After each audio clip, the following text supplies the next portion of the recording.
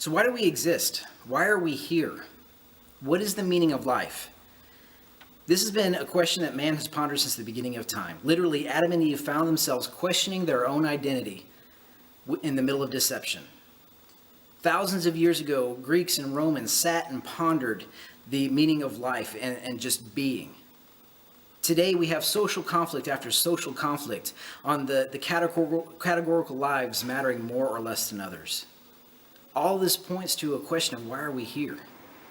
The question is important because how we reflect and get that answer is how we look at morals, how we value life, create civility, and respond to each other. There are two vantages that we can look at this question from. The first is from within ourselves. This happens every day in how people choose to live their lives, many in explicitly religious forums. But ultimately, we see ourselves as having an end, and mostly a permanent end, in dead, as in not living.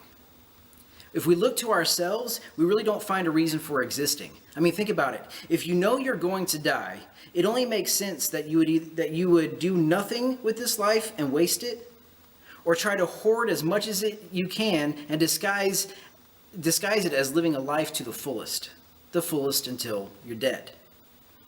The second advantage is one realizing that the first has way too many limitations, mostly dead. So again, we see our limitations, and that only leaves the option and the means to look through a theological scope. That is to say, God having a reason for us being here and trying to understand who he is and what that reason could be.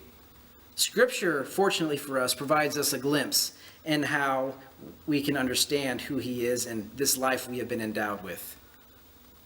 There are three specific scripture references that stand out for me in this topic. Colossians 1:16 says, "For in him all things were created, things in heaven and on things on earth, both visible and invisible. Rulers, powers, authorities, all things have been created for him and through him." So this tells us we have existence because God created us, both through him and for him.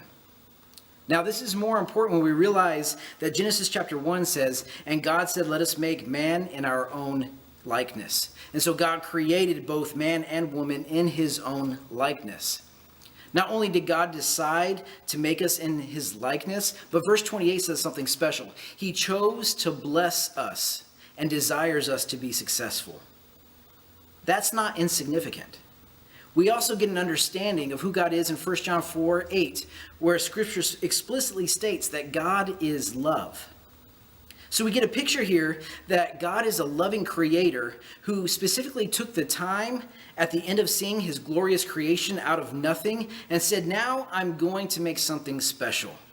It's going to resemble me specifically, and I can completely express my complete love and capability of loving to them.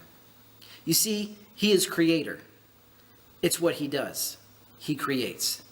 And he hasn't stopped. Stars are birthed every day. The seasons continuously produce. You and I have been born and are bringing new children into this earth, all with his breath of life. So why are you here?